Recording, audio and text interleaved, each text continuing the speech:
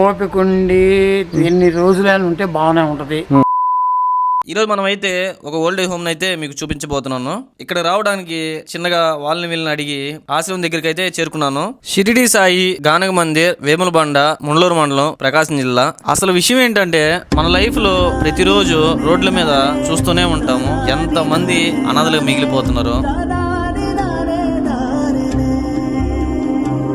ఇంట్లో పట్టించుకునే వాళ్ళు లేక ఎంతో మంది రోడ్ల మీద పడిపోతారు. కాకపోతే ఎవరైనా ఆశ్రమంలో ఉండాలంటే ఎంతో కొంత అమౌంట్ తీసుకుంటారు. కానీ ఈ ఆశ్రమంలో ₹1 కట్టకుండా మీ పూర్తి బాధ్యతలు వాళ్ళే తీసుకుంటారు. అంతేకాకుండా మీ తరపున చిన్నపిల్లలు ఎవరున్నా వాళ్ళని కూడా చదివిపిస్తారు. ఇంకా ఆశ్రమం విషయానికి వస్తే మంచి వాతావరణంతో, ఆరోగ్యమైన ఫుడ్ తో, ప్రశాంతంగా ఉండడానికి ఒక ధ్యాన మందిరంతో, అక్కడ ఉండి చూసుకునే బ్రదర్ మాటలు కూడా వినండి ఏమేమి పెడతారు ఫుడ్ అనేది. రోజు ఒక ఐటమ్ అల్పాహారం, ఒకరోజు ఇడ్లీ, ఒకరోజు పూరి, ఒకరోజు దోశ, ఒకరోజు కట్టె పొంగలి, ఒకరోజు ఉప్మా, ఒకరోజు చపాతి. అంటే రోజు ఒక రోజుగా డే బై డే వేస్తూ ఉంటాం. దాని తర్వాత మళ్ళీ 12:30 నుంచి 1 గంటకి మధ్యాహ్నం లంచ్కి ఏదైనా 2 ఐటమ్స్, కూర కానీ, చట్నీ కానీ, రసం కానీ, సాంబార్ కానీ, ఎనీ 2 ఐటమ్స్ పెడతాం. మజ్జిగ చక్కగా మజ్జిగ పోస్తాం. మళ్ళీ తర్వాత కాసేపు అట్ట రెస్ట్ తీసుకుని మళ్ళీ వినోద కార్యక్రమంలో టీవీ ఉంది అవైలబుల్గా. ఆ టీవీ వస్తుంటారు. మాకు దర్శించి డ్రింకింగ్ వాటర్ ఇవన్నీ 1500 లీటర్లు స్టాక్ ఉంటాయి. అవి డ్రింకింగ్ వాటర్ మామూలుగా గ్రౌండ్ వాటర్ ఏమో ఒక 3 బోర్లు ఉంటాయి. అవి పైన ఓవర్ హెడ్ ట్యాంకులు ఉంటాయి, 2 ఉన్నాయి కదా. మేము ఎప్పుడు వాళ్ళ దగ్గర ₹5 కూడా తీసుకుంటాం. అసలు ఆయన తీసుకునే కాన్సెప్టే కాదు. మళ్ళీ సాయంత్రం 4కి టీ ఇస్తాం. తర్వాత మాది గ్రామం కాబట్టి బాగా బయట ఇక్కడ కూర్చుంటారు. మళ్ళీ 8కి మళ్ళీ సాయంత్రం మళ్ళీ భోజనం, 2 పూట భోజనం, మళ్ళీ 2 ఐటమ్స్ తోటి పెడతాం. తర్వాత టీవీ చూస్తారు. ఇయర్లీ టైస్ కనీసం 2 సార్లు బట్టలు ఇస్తాం అందరికి. మళ్ళీ ఇయర్లీ టైస్ 2 సార్లు విహారయాత్ర, ఒకసారి యాదాద్రి వెళ్ళాం, ఒకసారి శ్రీశైలం వెళ్ళి అక్కడ తీస్తాం, ఒకసారి చెప్పులు ఇస్తాం, ఒకసారి బట్టలు మీరే తీసుకెళ్తారు.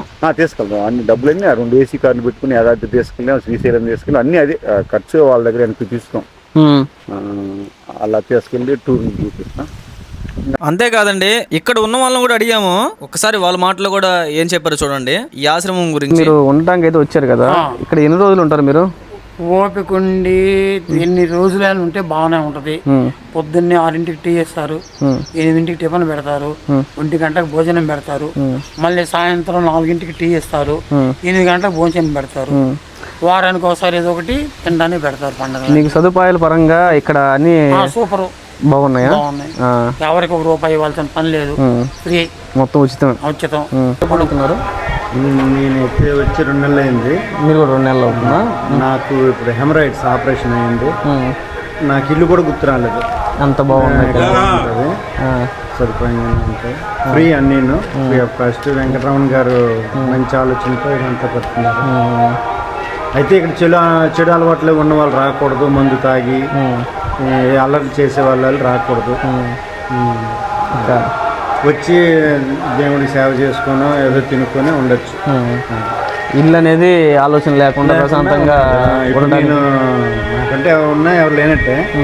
ఇప్పుడు ఒంగోలు ఆపరేషన్ చేయించుకున్నాను, వచ్చాను. ఇప్పటికి ఇక్కడే చక్కగా భోజనం కానీ అన్ని సదుపాయం కానీ ఉండగలుగుతున్నాను. బయట ఎక్కడైతే ఉండలేకపోయాను. అవునా? ఇక్కడ ఉండే వాళ్ళు జీవన విధానం ఎలా ఉందో కూడా ఒకసారి చూసేద్దాం.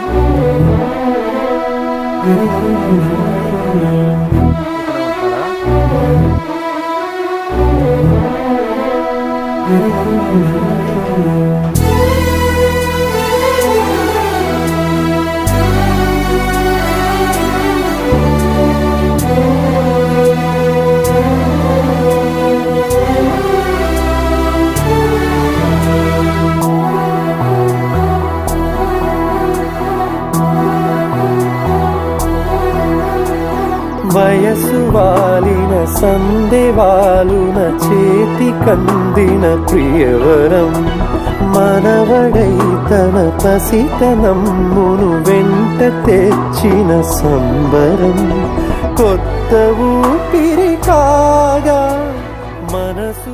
చివరిగా ఒక మాట, ఈ వీడియో చూసిన ప్రతి ఒక్కరూ మీ ఇంటి దగ్గర పరిసరాలలో ఎవరైనా వృద్ధులున్నా, లేకపోతే స్తోమత లేక చదువుకోలేని వాళ్ళు ఉన్నా, దయచేసి ఈ ఆశ్రమం అనేది ఒకటి ఉందని గుర్తు చేయండి.